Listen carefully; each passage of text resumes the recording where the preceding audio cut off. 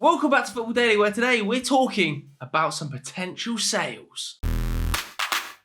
Okay, this week on Twitter, I put out a tweet asking for one player your club should be selling this coming summer. Big thanks to the hundreds of people who sent in responses. Today, I'm going to go through the responses and I'm going to tell you whether I agree or disagree with each club's most suggested shout. Now, there was a lot of variety in the suggestions, so I've tried to pick ones that create good talking points, really. Some of them are quite controversial, and some of them are downright thick. So as you can see in front of me on the screen here, we've got two columns. We've got agree, we've got disagree. I've got 20 players to get through, a suggestion for each club from you guys at home. Let's crack straight on with it with Arsenal, where Wizard of Zion, as you can see on screen now with the wizardry of editing, oh dear, he suggested Granit Xhaka. Now, of course, there have been big rumours over the last few days that Granit Xhaka could potentially leave this summer. Bayer Leverkusen potentially being linked with a move for him. You know, I've seen early rumblings about some sort of swap deal involving Moussa Diaby. Do I think that Granit Xhaka is a must-sell this summer? No, I do not. I categorically disagree with this one. Yes, his contract is up in 2024. Yes, he's 30 years old, but let's have it right. He has been vital to the way Arsenal play this season. His new advanced role under Mikel Arteta has worked beyond belief, putting up 7 assists, his best ever creative numbers across the board. And like him or not, he is clearly a leader in that dressing room. Very clearly, with a lot of young players, they need a senior name in the dressing room to get them going, and Xhaka is that guy. The redemption arc alone should make Arsenal fans want to keep him for more than this season. I think he's got plenty more to offer, even if they were to upgrade his role. Let's say Declan Rice came in and played in that Granit Xhaka role. I think Xhaka would still have so much to offer this side off the field and in impact moments. I don't think it's worth selling him. I would actually renew the contract. I'd re-up it and I'd sign midfielders in the summer. You know, people like El Neni eventually going to move on. I think they don't have the deepest midfield in the league. I'd just keep stocking them up. Granit Xhaka should still be at the club next season, in my opinion. He's got plenty to give. Let's go to Aston Villa, where, as you can see, Jay Keels has suggested Emi Buendia. What? What? What? Obviously, this is going straight into the disagree column. Are we watching different games here? Am I watching a different sport?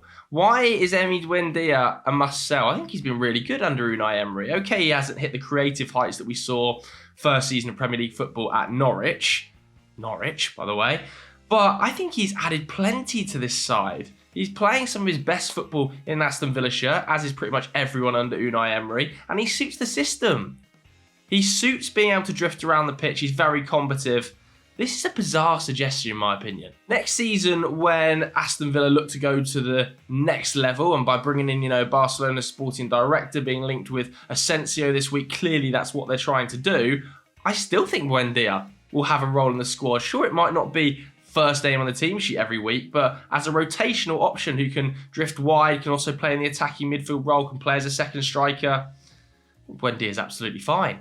I don't think he's a must-sell at all. The next one is a big old paragraph from John, but he is a big Bournemouth fan, so bear with him. He says, a controversial pick, Phil Billing. Bournemouth need to do better at selling high and refreshing their squad more with Traore, Christie and Brooks that could all play as a 10, and the £30 million plus we should ask for would help to bring in quality we need at the back where it's needed. Talking rubbish, John. I just think Phil Billing is absolutely one of Bournemouth's best players, and that £30 million is arguably not really worth it to Bournemouth. The new owners have come in. Clearly, they're willing to spend money, as we saw in the January window. And Phil Billing, over 2,600 minutes, 10 goals this season from midfield, vital to ball progression, scoring goals.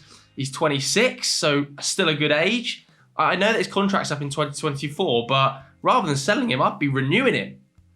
I don't think that the players listed, i.e., Brooks, Traore, Christie, are as good as Phil Billing. So why would you take the step back to spend money at the back when the owners, I think, are pretty rich anyway? Just go and take some more players from Lorient, man. I'd be keeping Phil Billing. At Brentford, the suggestion came from Miles, and he said David Raya. Last year, and everyone and their dog is after him, so we can drum up the price massively. Yeah, I think I agree with this one. I think it is a good time to sell David Raya. He's rejected 2 contracts at this point. He's 27 years old. He's out of contract next summer. And unlike Phil Billing, I think he has loads of suitors in the market. Loads of Premier League clubs looking for goalkeepers this coming summer. You look at Manchester United, you look at Chelsea, you look at Tottenham. I imagine David Raya will be pretty high on their agenda. Would any of those sort of clubs be interested in Phil Billing to a similar sort of tune? I'm not massively convinced. I think by getting those 3 clubs in a semi-bidding war, you might even be able to get a little bit more than £30 million. He's a really good goalkeeper. The statistics bear fruit in most Premier League saves this season. Some of the best passing numbers of any goalkeeper in the league. I think they can get decent money. Last year of his contract, he don't want to be there. I agree. At Brighton, Roberto De Zerbi, the suggestion here comes from Nathan. He says Aaron Connolly needs a fresh start, doesn't suit him, RDZ's tactics. Well, I don't mean he's had RDZ's tactics, has he? He's been out on loan. He went to Venezia, of course, that didn't really work. Then he came back to the Championship at Hull. Not really worked there either. I know he scored the 2 goals against QPR. I think it was on his debut or at least early doors. Then he's had the injury problems. I think it probably is time for a fresh start. Aaron Connolly, his contract's up in 2024. Championship sides might be taking a punt on him. And simply put, it feels like Brighton have gone to the next level. You know, Nathan Ferguson, at just 18 years old, feels like he's already at a higher level. Joao Pedro's arriving for £30 million, who can operate in similar sort of roles to Aaron Connolly. As a 9, as a 10, can drift wide. With Enciso there as well. Yeah, for me, Aaron Connolly's future lies away from Brighton. And they might get not a massive fee, but a respectable fee from a Championship club. Next up is a big one, Chelsea. And nearly every suggestion was, can we do 15 names? No, we can't. We're picking one, and I've picked Mr. Mayonnaises. He says Havertz needs to be sold. His price tag has given him a lot more minutes than he's deserved. All he does is limit Chelsea's ability to sign Felix permanently or a proper striker. You don't need to sign Felix. Am I watching different games here? Why go and spend 100, because they're going to want 100, 120 million euros on Felix. There's so many second strikers in that side. Bloody Christian Nkunku's already coming into the club. And like Felix he's been okay, but he's hardly lit the world alight, has he? At Chelsea, it's not like he's scoring goals for fun. Technically, he is amazing, but I would not understand spending 100 million euros plus if you're Chelsea and you've got that stocked forward line. So that leaves the problem of Kai Havertz. Do I agree or disagree? Nah, man, I disagree with this one. I'm not going to lie. I think Kai Havertz, whilst he isn't a striker, clearly, we can all see that, I think he can still offer something as a second striker with Mauricio Pochettino coming in. I think there could be a role for him in that sort of Dele Alli mould. He needs to be playing off a striker. I totally agree. With Kai Havertz at the club, I think at least you've got an option as a second striker. If Nkunku doesn't want to play as the second striker, I think he's absolutely fine, man. He's still only 23. I think people forget that. Yes, he isn't a goal-scoring machine, but I don't think Poch is going to expect him to be that. And I think he might flourish a little bit more playing as not the main guy through the middle, not the main guy up front. I would personally keep Kai Havertz. The next suggestion we have from Crystal Palace fan, Upside Down, was Mateta. I think this one I probably agree with. Look, I think Crystal Palace need a number 9 this coming summer. He was also suggesting Edouard as part of this. Edouard hasn't quite gone to the level everyone was expecting, and I was told he was going to go to by people like Christopher Hamill, who had seen him play at Celtic. 721 minutes played, though, for Mateta. Just 6 starts. Not quite enough. That extremely mobile forward line that Palace have built, it doesn't feel like Mateta quite fits into that. I mean, Eze is the top scorer at the club, isn't he? With 8. Not a ringing endorsement of the amount of goals Palace are scoring this season.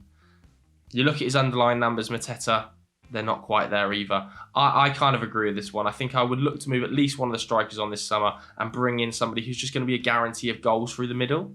And I've got a suggestion for it coming up. At Everton, there was plenty of suggestions, and they nearly all said this person. It's from Joe Williams, though. Mopé was never the right fit and hasn't worked out at all.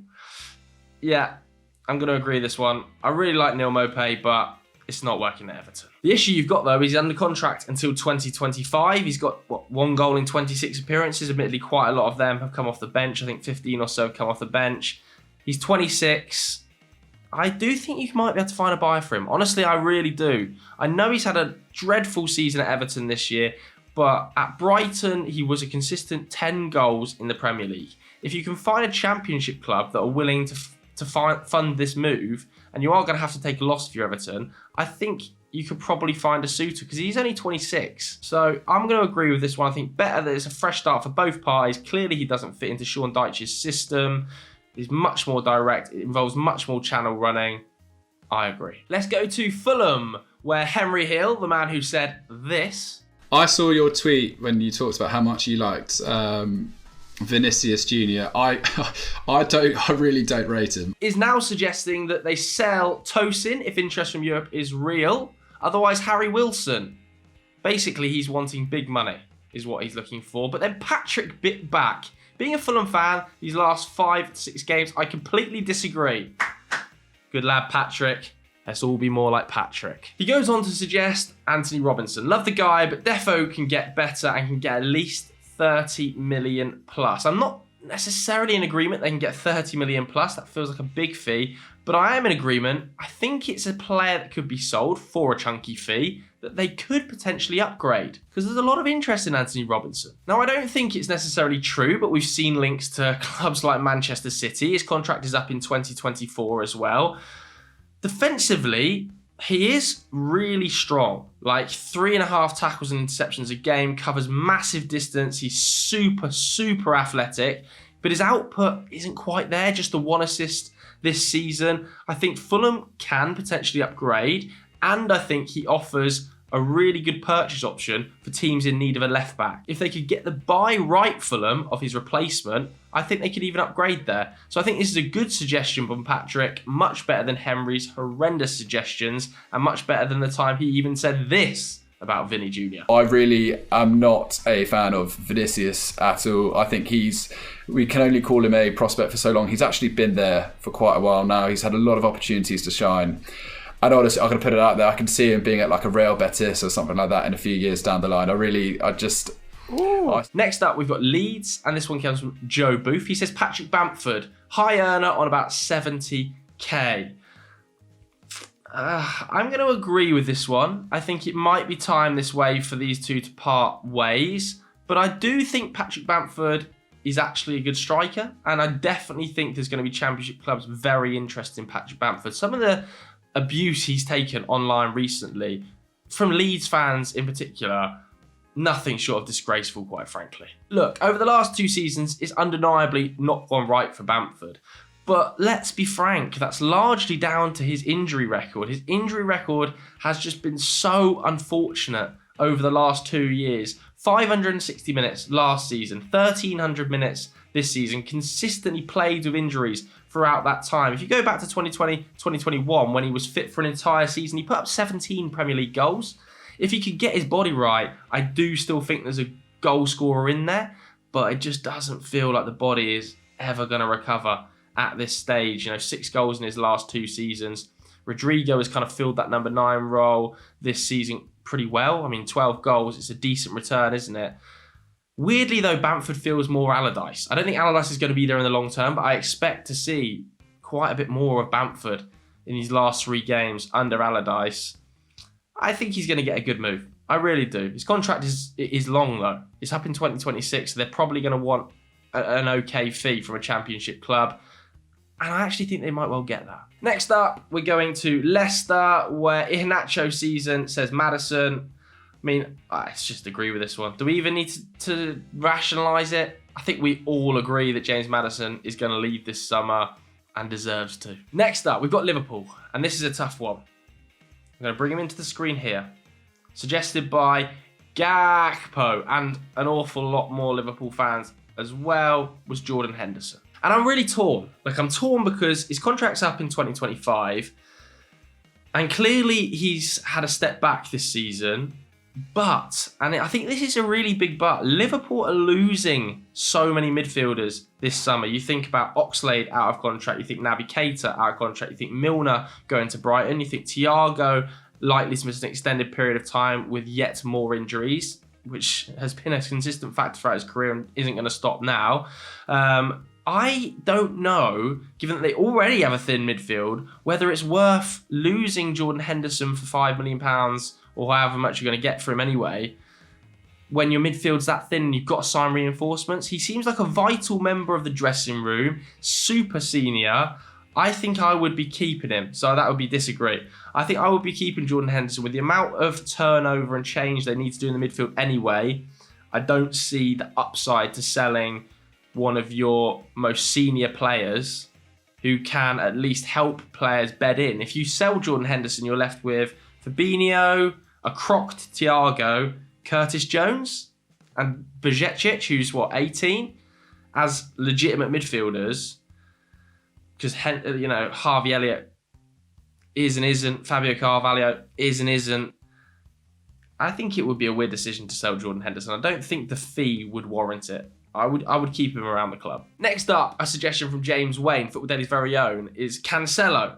But less obvious choice, Kyle Walker. And I think Kyle Walker is the more interesting choice because we all know Cancelo's going to leave. Now, Kyle Walker, he's 32, first and foremost, and his contract's up in 2024. And also, very interestingly, this season, we've seen the changing role of Kyle Walker. He's no longer the guy, the starter in that back line. The shift in shape from Pep Guardiola to a back three of centre-backs at times has hurt Kyle Walker. The emergence of Rico Lewis at times has hurt Kyle Walker. I mean, 18 Premier League starts. Not the numbers you would expect from Kyle Walker, who over the years has just been a behemoth at Manchester City. Do I think they should sell him? No. I think they should keep him. We've seen Pep Guardiola do this an awful lot of times, where a player is out of favour, a slight shift within his shape means that he's no longer in his preferred role, and then the next season or a specific game, it all changes again. He comes back in and suddenly he's the main man again. It wouldn't surprise me at all to see that happen to Kyle Walker. I also think he offers something that not many other centre-backs or right-backs, because he can play both roles at Manchester City, offer, which is that just explosive power and speed. As you can see, Pep Guardiola clearly values it as well, because when Vinicius Jr. is out and about, Kyle Walker is suddenly stuck to him like glue, and it's very hard to beat Kyle Walker in a one-on-one. I would keep him because he offers something different. He's a senior member of the squad. I don't think you get a massive fee for him anyway, and Man City, quite frankly, do not need the money. And with Cancelo leaving, you're already light on fullbacks. I'm going to disagree with this one. For Manchester United, lots of different suggestions, but I picked Shane's, which was Anthony Martial. Let's bring him into the picture here. Anthony Martial. Oh dear.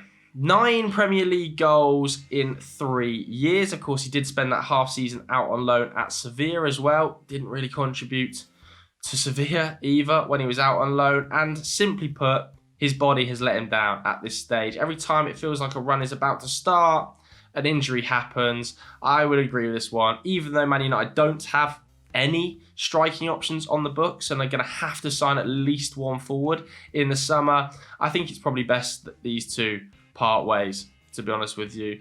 It would be great if United can get some sort of fee out of him as well, but at this stage, the goals aren't there, the underlying numbers aren't there, and if you ain't fit, you ain't it. Next up, we've got a really interesting one. Alan Saint-Maximin. Now, this was suggested by Squat One.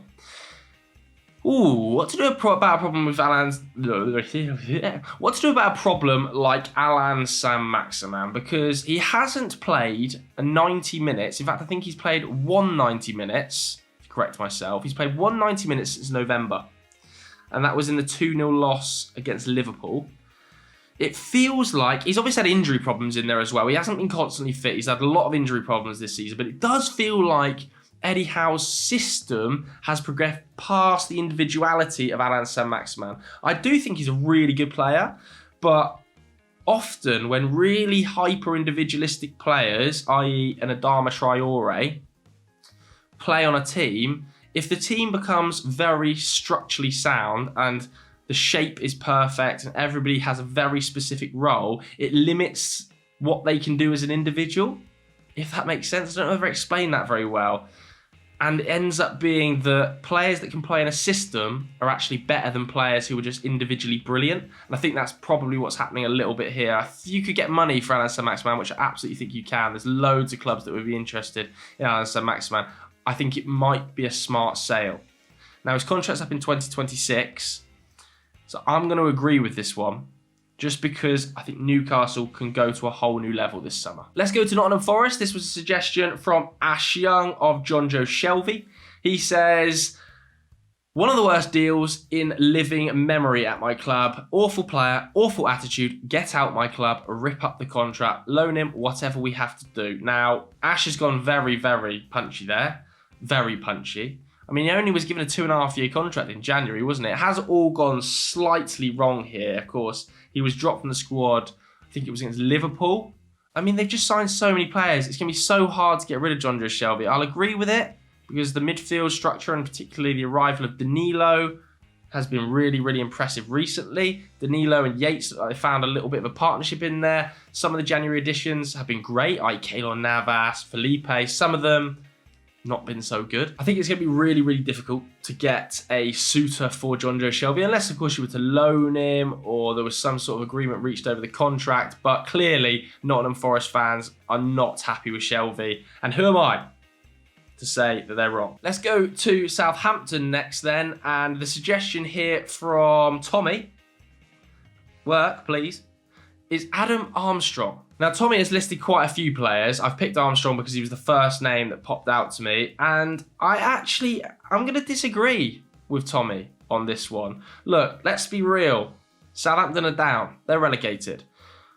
I would be looking at that squad. There's loads of sellable assets in there. Carl Walker-Peters, James Ward-Prowse, Romeo Lavia, Bella Kotchap, Livramento. I'd be thinking to myself, okay, so we're going to make money on those, but what players can we keep that can do damage in the Championship and potentially bring us back up with the parachute payments and with these big fees we're going to get for some of the more exciting youngsters?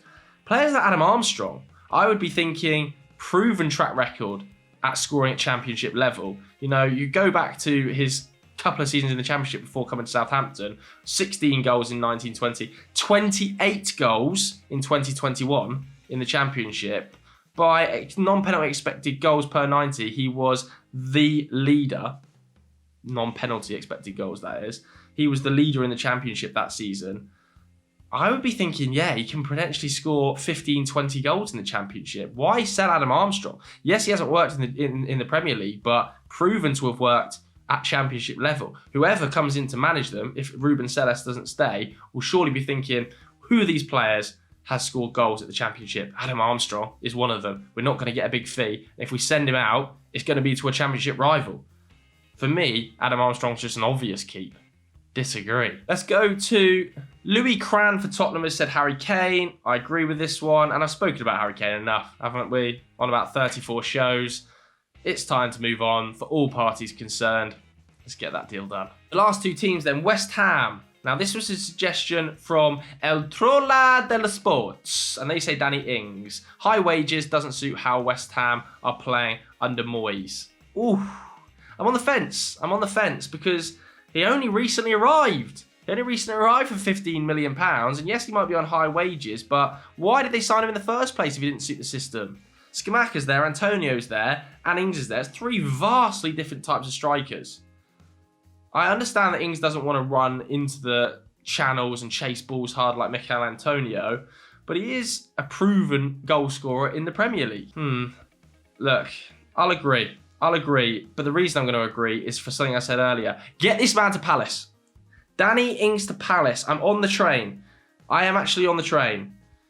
You know, he's not got the minutes at West Ham. I think he would score goals for Palace with really creative wide men, and he's just operating inside the box. I think he would actually score goals. If you can get him just operating inside the 18-yard box, as we saw early days at Aston Villa and previously at clubs like Southampton, I actually think he'll score goals. If you can get him fit as well, shoot me. Palace fans, let me know what you think. West Ham fans, I understand your pain, but is David Moyes even going to be there next summer?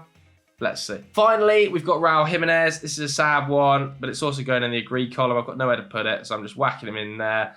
Yeah, it's not working, is it? And it hasn't worked for a while. I mean, last 3 seasons, 4 goals, 6 goals, 0 goals this season, 700 minutes of football.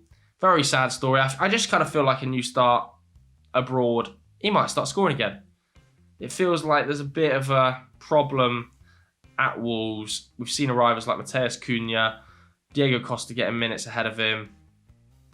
It's time to part ways. I agree. Okay, so that was my agree or disagree with one player your club must sell this coming summer. Thanks very much to everybody that suggested a player on Twitter. If you want to get involved next week, follow me. Handle's on screen somewhere right now. If you enjoyed the video, hit the like button, hit subscribe. Thanks very much for watching, everybody. See you later.